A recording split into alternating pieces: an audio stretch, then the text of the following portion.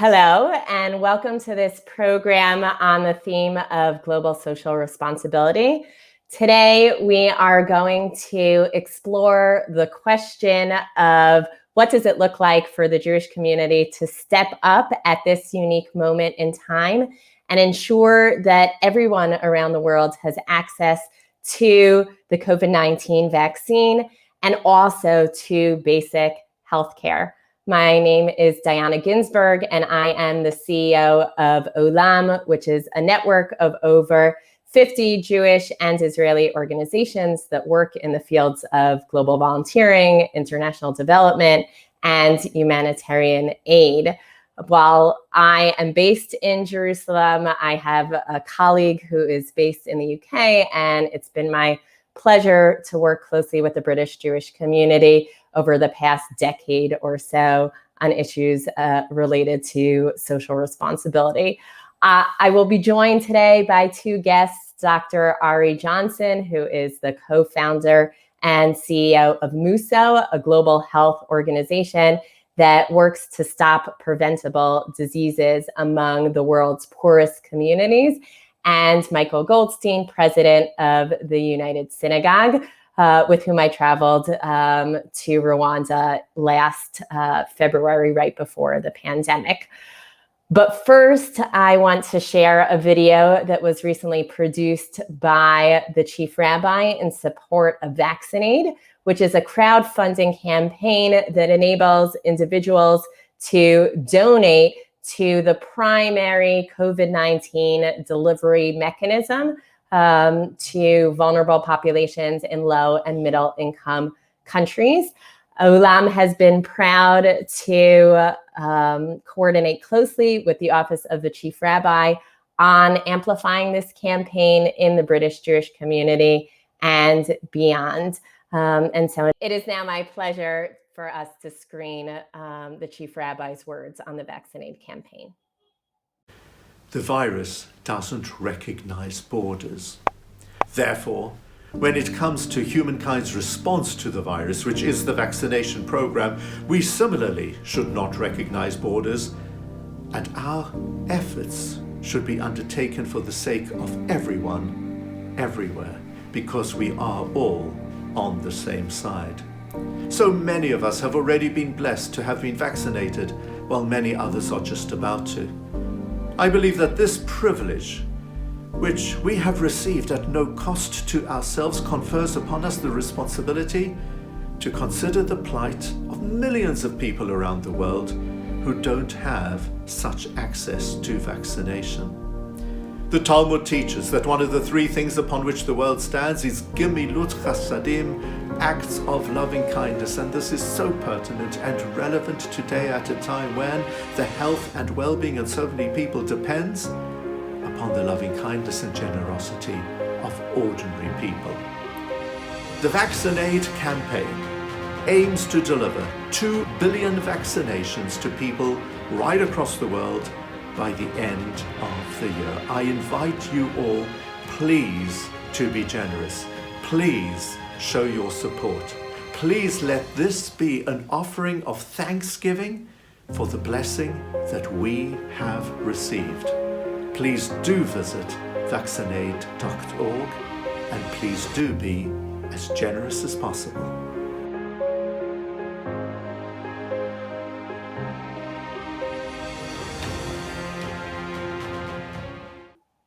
As you can see from the Chief Rabbi's video, Vaccinaid is a campaign that highlights the fact that while over the past year all of humanity was in the same storm, we were most certainly not in the same boat.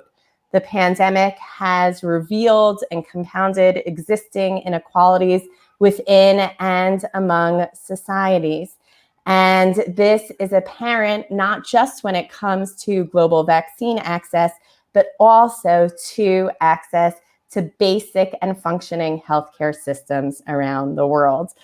It is my pleasure to introduce to you Dr. Ari Johnson, who is the co-founder and CEO of Muso, that focuses on community-based, proactive healthcare, using a model that relies on home visits and quick and free access to public clinics. They work in Mali, in the Ivory Coast, and around the world. Dr. Johnson co-founded Muso together with his wife, Dr. Jessica Beckerman, and together they are awardees of this year's Charles Bronfman Award, which is granted to humanitarians who do innovative work that is informed by Jewish values and makes a significant impact on the world. I had the privilege of meeting both Ari and Jessica several months back, and it was immediately apparent to me that they are not only experts in the work that they do, but they carry themselves with tremendous humility and grace and are deeply animated by Torah and Torah values. And so it is my real pleasure to have this opportunity to learn from you and with you, Ari, today. So if you could just share a bit about what brought you to this work and how it connects to you as a Jew.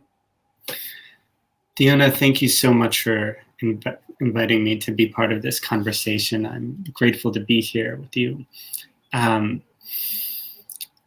My journey on this path, you could say it began with an act of profound hachnasat orchim, and profound and surprising act of welcoming. And in this situation, the guest was me.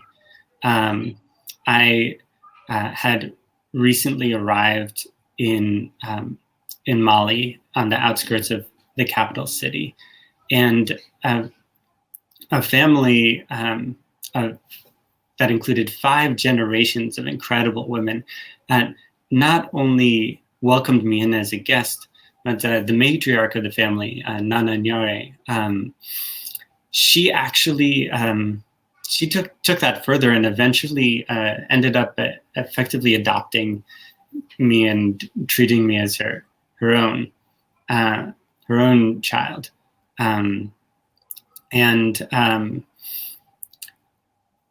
so I became part of this community some 16 years ago, and had the privilege of getting to live in this community. And shortly after I moved in, one of my neighbors came by in a state of great distress. She said, "Can you come see my grandson with me?" And we went through the alleys and ended up at her home and found her grandson struggling to breathe. Grandson is about 1 year old, and he was struggling to breathe. And he had a high fever, soaked in sweat. And so we did what any neighbor would have done in that situation, which is we worked to rush him to the nearest hospital. But by that point, we were too late. And we ended up being with him in some of his last moments. And this little boy died in front of us, essentially. And the next day we were sitting with his parents, with his grandparents at his funeral, trying to figure out, why did this happen? How did this happen? And it was clear to us that he shouldn't have died, that he died because he didn't get care in time. And he's not alone. So today, right now, about half the people on Earth don't have access to the care they need in time. Half the people on the planet. And because of that, more than 5 million children are dying every year, mainly of preventable and curable diseases. Diseases that we've mainly known how to cure for decades with relatively simple interventions and medicines. So that means that today, approximately 20,000 children will die who shouldn't be dying, who who didn't need to die today because they didn't get the care they needed in time. Now, COVID has lit a fire that has illuminated these great disparities, this great injustice, and has brought this crisis into all of our homes in this deep, intimate way. We've all been affected. We've all been touched by this devastating pandemic, right? But certainly, as you said, not equally. Thanks for sharing some of those very troubling statistics. Can you tell me a little bit more about how that experience of being with that child, seeing that child die, the experience day in and day out of seeing that inequity in terms of access to things that you and I often take for granted, where that strikes a chord with you in terms of being a Jew, being part of a Jewish community? Well, Dyonna, I'll share a moment that I had. It was actually a moment of prayer. It was a day that I clearly remember now. It was more than 16 years ago, but the sun was about to set, and I stood up to daven mincha. And while I was davening, while I was praying, something just hit me, and I realized that all of my life, I'd kind of gotten tshuva wrong. I just misunderstood tshuva. I had focused almost entirely on various misdeeds that I'd done that I needed to correct for, things, hurtful things I had said. And I realized that those were mitzvot lo taseh, right? Things I shouldn't have done, that I needed to correct. But I realized that the much greater tshuva that I needed to do was about the mitzvot taseh, not the sins I'd committed, but the sins of omission, of inaction. I realized that silence is the accomplice to every atrocity, that we are culpable, and the Torah teaches us that we are culpable by inaction. We're responsible to act. And that the big tshuva that I needed to do together with my community had to do with taking action, had to do with these mitzvot aseh, what we must do, that we're responsible to do. And so what are some things that people can do, people who are not physicians, but people who are sitting, watching at home, who maybe for the first time this year, as you said, the pandemic has shone a light on some of these more serious underlying inequities. What can people do? So here, I think we have so much more power than we realize to make change, that any of us sitting right where we are has the power to save a life right now, actually. And that power to save a life, that isn't just a good deed. It's actually a mitzvah taseh. In Vayikra 25:35, we have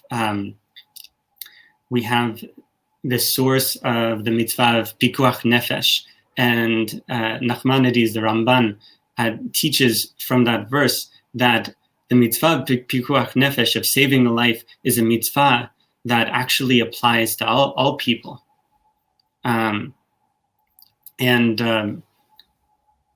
Rav Aaron Soloveitchik, citing the Ramban on that verse, shows that this commitment to save a life, it doesn't just apply to other Jews, it doesn't just apply to people in one particular place, it applies to all people. That means that we have an obligation to take action when we have the power to save a life. And we have so much power right now. So let's take, for example, the COVID vaccine, right? We have highly effective vaccines that have been developed by incredible processes of rapid scientific innovation over the past year. And we now need to meet that with moral courage, with our commitment as Jews, and ensure that those vaccines are available to all people. What a powerful opportunity to save a life through the campaign that's happening right now. We also know that the pandemic is threatening core access to healthcare, both healthcare to save lives from COVID directly, and that COVID is threatening healthcare systems around the world, access to healthcare for any disease, whether it's deadly diarrheal diseases or malaria or heart disease. There is a vital importance of closing those inequities in access to care right now. And so this is an opportunity also to contribute to organizations that are doing work to address global health inequities, that are providing healthcare where folks otherwise have been denied their access to healthcare. We have that opportunity now. It takes so little, even the smallest contribution. I have seen a child on the verge of death come back and have their life renewed with a few dollars worth of diagnostics and medications. It is incredible the power that we have to support each other. I'll also say, we're recording this today right after Shavuot, and on Shavuot is Chag HaBikurim. It's the holy day of giving our first fruits, right? And we also read the book of Ruth, and what a hero and example Ruth is in this moment. And so I want to encourage all of us to not just give of ourselves what we would have otherwise missed. We need to give what we would have otherwise have not notice it's gone, like our leket, our shichacha, the sheaves of barley that would fall from our hands while we harvest and we wouldn't even notice, right? Yes, we have an obligation to give that. But Shavuot reminds us to also give our bikurim, the first and best fruits of our harvest, what's precious to us, what we would miss, the best of ourselves.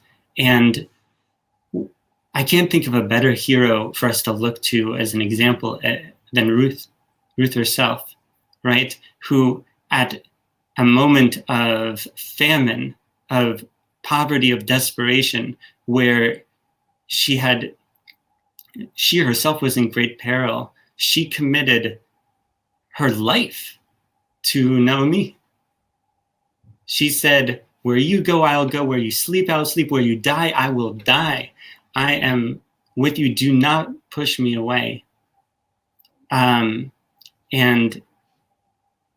that kind of profound commitment, that's the kind of commitment that makes history, that changes the world. And that is a Bikurim commitment, right? So I want to encourage all of us to give of ourselves in that way, to give both what we wouldn't miss and give something that's precious to us to this. It's interesting. You started off by talking before how the notion of sins of omission was what sparked your entire journey. And I'm listening to you now, and it's almost as if you come full circle because you mentioned the mitzvah of shichacha, which is a good deed of omission, right? It's something that you forget. You don't even pay attention. It's one of the few mitzvot where it happens because you weren't paying attention. And I think one of the things that you highlighted now is with a few dollars or pounds, that most of us don't even pay attention to, right? The cost of a cup of coffee that we don't even consider as being of significance, that could be translated into a good deed of omission, but also of consequence, right? So there's something really powerful in terms of taking something that otherwise may not mean very much, but translating it into something that can transform somebody's life. In the time that we have remaining, I would love if you could just share a bit about your work, because you spent some time sharing with us some of the inequities that you're exposed to, but you're also involved in building what better healthcare systems could look like. So if you could share that, and also end off with something that gives you hope at this moment. Okay, absolutely. Thank you, Dyonna. So at Muso, we work in partnership with communities that face some of the greatest inequities in healthcare in the world, some of the highest rates of child death in the world. And what I've learned working in partnership with these communities over the course of more than 15 years is that these injustices, these problems, they may seem intractable, but they're not. They're solvable. Research published together with colleagues at the University of California, San Francisco, University of Bamako, the Malian government, recently showed that communities served that we partner with have achieved more than 10-fold increase in access to care. And these communities used to have some of the highest rates of child death in the world. They have now achieved and sustained rates of child death lower than that of any country in sub-Saharan Africa for 5 years running, and ultimately reached a rate of child survival more or less on par with that of the United States. So we've learned in this process that this suffering is solvable, and we do have great power to solve it.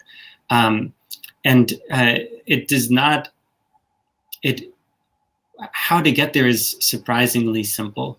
It involves ensuring that care is available with no fees out of pocket, so free of charge at point of care.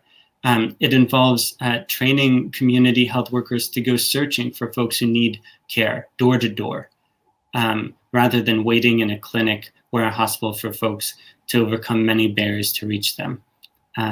Going out and finding folks who need care and bringing care into the home. And then it involves bringing the sickest patients via off-road ambulance to strengthened, redesigned primary healthcare clinics.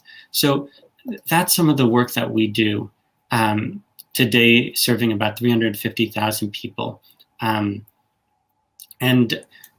We have much more work to do on that front, and that work is growing rapidly as we build a global community of action so that no one should die waiting for healthcare. What gives me hope is to see this growing community of action, to see so many of our community members in the Jewish community stepping up and committing to the mitzvah of pikuach nefesh.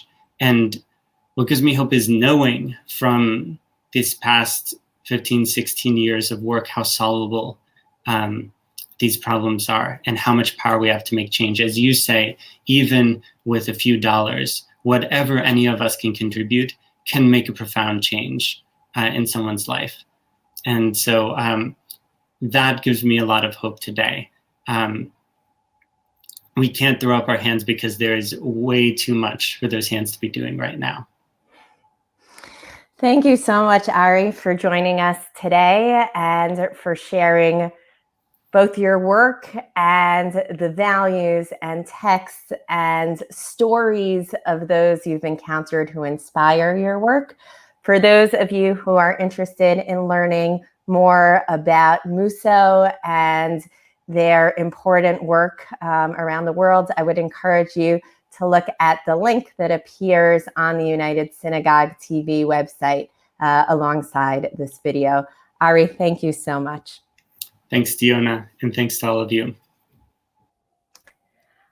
I am sure that for many of our viewers, our next guest requires no introduction. It is my pleasure to welcome Michael Goldstein, President of the United Synagogue, as our next guest. For those in OLAM's network who are not familiar with United Synagogue, it is the largest synagogue movement in Europe. Last year, in February 2020, shortly before global travel came to a halt, Michael and I had the opportunity to travel together to Rwanda on a study trip organized by OLAM for leaders in the US, UK, and Israeli Jewish communities, where the goal of the study trip was really to expose Jewish leaders to the work of Jewish and Israeli organizations on the ground in developing countries, as well as to explore larger questions related to our responsibility as Jews to the wider world. Michael, it is great to see you. A lot has happened in the intervening year and a half, but I would love to hear some of your reflections and insights from the trip. If you could sort of rewind the clock a year and a half and then fast forward to today and share with us which of those insights or reflections still remain true and what may have changed for you in the intervening year and a half or so. Thank you, and thank you for inviting me, and it's great to be here and have this conversation. Just as you were introducing me, I was reminded that the first time I wore a mask was when I got on the plane on the way home from Kigali. It's quite likewise. Quite remarkable, and it was only one of the Israelis who had a pile of masks in their bag. I think you were probably on the same plane as me. Indeed. We got on the plane, and suddenly there were people wearing masks. The plane had come from the Congo, I think, and was going to Addis Ababa. So it is bizarre how 15 months later, it's just now something that we may well end up doing for the rest of our lives. Who knows? But so that was the first time that we wore a mask. No, so thank you, and thank you for inviting me on that trip. It was a trip which I didn't quite know why I had accepted to go on it in February of last year, but I was delighted then, and I'm probably even more delighted now that I did it. And for me, it was put there. We were told that we were involved in a study trip, and we certainly did understand. We began to understand what it means to be in a developing country. And for me, I had over a few occasions had business trips, short business trips into developing countries, but never really studied and spent time talking to people, whether it be people from government, people from business. We spoke to a number of people in agriculture, and obviously we also visited people in the streets and tried to understand what it means to be living in that sort of country. But also to begin to process in ourselves what it means to be involved in development, and particularly because of the Israel connection in Rwanda, and because of the investment that Israel and organizations, both government and organizations, have made in Israel, you begin to understand the impact that people can make, both in terms of people-to-people connections, but also economic development. And then, of course, Rwanda then has, because of its genocide history, has, whilst we don't like to make analogies with the Shoah, it's the closest that we can come to as individuals living in the 21st century. It's the closest that we can go to actually experience something or see something that has happened. It was only 25 years ago. So so to go into that environment, which was this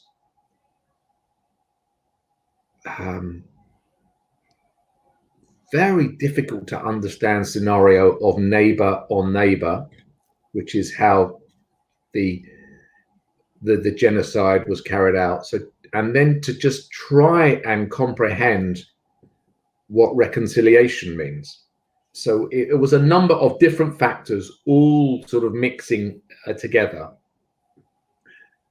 And then, of course, overlaying that as Jews and trying to work out what our responsibility, if there is any responsibility, but I think we all did concur that there is a responsibility, what that responsibility is, and how we can begin to carry out that responsibility. So it was a multi-layered, hugely complex, and the politics of Rwanda makes it even more confusing, actually, because there is a dictatorship there, but he is regarded as a benevolent dictator, but who knows what the truth is. So it's a hugely complicated situation, but nonetheless, the responsibility that was felt, and I think, you know, I'm in my mid to late 50s, and I have a worldview, but I think there's no doubt that my children have a different worldview, in terms of they have an even greater feeling of responsibility to the developing world. And I know you're talking about the vaccination program and promoting the vaccine across as many countries in the world as we possibly can. And it's great that the Chief Rabbi's put his voice to that. So it was a fantastic few days of reflection and study. And certainly I came away from it feeling that we must be promoters of that, and that the definition of that for me is still an open question, and perhaps always will be, in terms of what that should be, meaning what is that we have responsibility for. But the mere fact that we're having this conversation is, for me, a huge amount of progress. And I know that right when you came back at the biannual conference of the Rabbinical Council of the United Synagogue, you devoted an entire speech to sharing some of those reflections and making a compelling case for doing that, whatever that is. Yeah. In what ways has the pandemic shifted your thinking or reinforced some of those messages from February 2020 that you shared with 100 or so rabbis? Look, this whole concept, and I use the Khatam Sofer's phrase there, the poor of your city takes precedence of the poor of another city, but that if the other city has greater needs than your city, then you have to deal with the other city first. So I think the pandemic has merely changed those relativities slightly. So, there is definitely a greater degree of economic need in everybody's home than there was 15 months ago. But that doesn't change the importance of the responsibility that we have if there is a greater need somewhere else. So for me, the relativities slightly change, but the principle is still there, that we have an inherent responsibility to help others who are worse off than ourselves. So it's about proportionality. It's not about the absolute priority, the absolute need that we must redress. Yeah. And your trip to Rwanda didn't come in a vacuum. The United Synagogue has been involved in various ways in issues related to global social responsibility. Can you share a bit about that? So the Chief Rabbi really did set the ball rolling on that with the Ben Azai program, where he was keen to create ambassadors, student ambassadors, who could go back to their student friends and colleagues and actually promote the concept of social responsibility, development, whatever the particular wording you want to do. And then United Synagogue, as part of its Tribe program, sent young people to Rwanda to take part in some wonderful programs, of which you can probably explain better than I can, but I know wonderful programs of in effect, youth villages. There was a youth village that was established very much similar to the Israeli model, and the tribe participants were involved as volunteers within that program. And again, these are programs that will have lasting impact on young people. And I think that's really what we can do, is just really be a promoter of this sort of work. You know, we are organizations that have multiple responsibilities, and I wouldn't want to overstate the role that we have, other than we must just ensure that people regard this as being part of the responsibility, part of the overall world Jewish responsibility. People then rank that in terms of their own personal preferences, but I think so long as we can put it onto people's agendas, then I think we're serving our role, and we give people the opportunities, and then people then make their own choices. And for me, you know, one of the great things about, well, there's lots of wonderful things about Judaism and Yiddishkeit, but we have a number of different ways in which we can associate ourselves and be engaged with the community. And whilst it's a secondary benefit, for me, the fact that we can create opportunities for young people to do this sort of thing gives them another opportunity to have a kesher, to have an engagement with the Jewish community. So for me, it's a win-win there. So yes, that's how I see the United Synagogue's role in this important work. You spoke beforehand about proportionality and, you know, the needs at home being greater, but that does not obfuscate the need to also look beyond our own communities. Right now in the UK, where you're based, in Israel, where I'm based, we're beginning to see the light at the end of the tunnel when it comes to the pandemic, with the vaccine rollout, COVID numbers going down, the economy's beginning to open up. Where do you see global responsibility fitting in the communal agenda moving forward? And you also spoke a bit about, you know, your own children and the younger generation, and where might that fit in as well?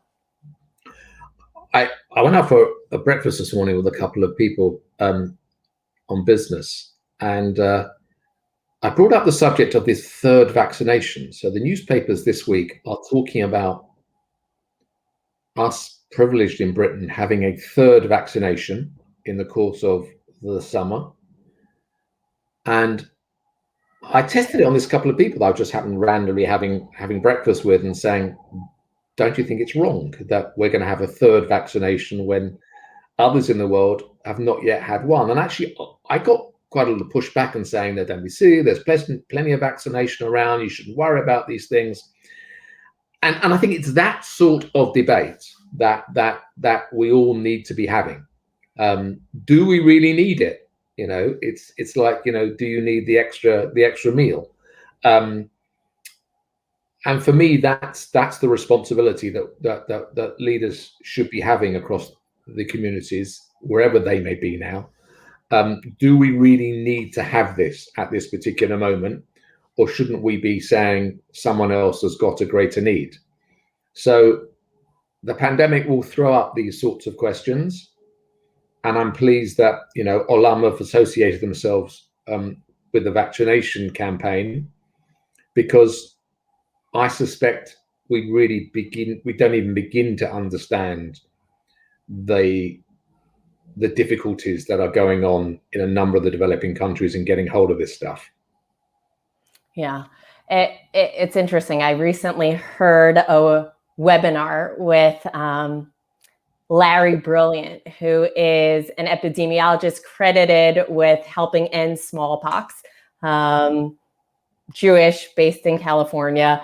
And he said that this is one of those unique moments in time when doing the most noble thing, the most altruistic thing is also the most selfish thing. Because when it comes to the pandemic has really demonstrated that it knows no borders and that no one is safe until everybody is safe. And so it is interesting to be thinking about this moment in terms of how do we step up as a Jewish community, but also realizing that, we are part of broader humanity. And even if in our own particular communities, we are talking about a third vaccine, if there are billions around the world who have not even had access to a first, including those who are frontline workers and most vulnerable, that is something that we need to take very seriously also in terms of our own self-interest, which is an interesting piece to think about. Any final thoughts that you want to share? No, for me, it's fundamental to what we stand for. And I don't think we should be shirking it, because I think, we all know how many times we're told in the Torah to love the stranger. It's far more than we're told to love our neighbor. And is it 30 something times we're 36. 36. According to Rabbi Jonathan Sachs. I never counted, but I rely on greatness. I'm sure he did. I'm sure he did. And how wherever you stand on our wonderful rainbow of opinions, you can't get away from the fact that the Torah tells us that this number of times. And the concept of local, I would argue, doesn't exist anymore. Local, I can be in Rwanda in whatever it is, 5 hours. It takes me as long to get to Scotland. So for me, the world is a very small place. And we have responsibilities. Yes, our responsibilities to our family and to our community come first, but we, thank God, can do it. And for me, we mustn't shirk it. It's there. Let's just understand where we can make an impact. Great. Thank you so much, Michael, for joining us. I really appreciate your insight, and it was great to see you again. Thank you for making this whole thing available to me, because if you set this off, so thank you very much for the time. My pleasure. Thank you. Over the last 45 minutes or so, we have had the opportunity to hear words from the Chief Rabbi in support of the Vaccinaid campaign, followed by Dr. Ari Johnson, an expert in global health who is deeply rooted in Jewish and Torah values, who spoke about his firsthand experiences of vast inequities that exist in the field of global health, and also explained how easy it is to make a difference, and that a few pounds or dollars or shekels can go a long way in saving lives around the world. We then heard from Michael Goldstein about his own experiences as someone who does not come from the field of international development or global health, but immersed himself in some of these larger questions related to global responsibility and has continued to think and act on them ever since. If you too are interested in getting involved, you can learn more information about the Vaccinaid campaign in the blurb on the United Synagogue TV website, and access a unique link that helps us track donations from the Jewish community so that we can see how we as a community are stepping up at this time. Thank you very much for joining us, and good health and good wishes to all.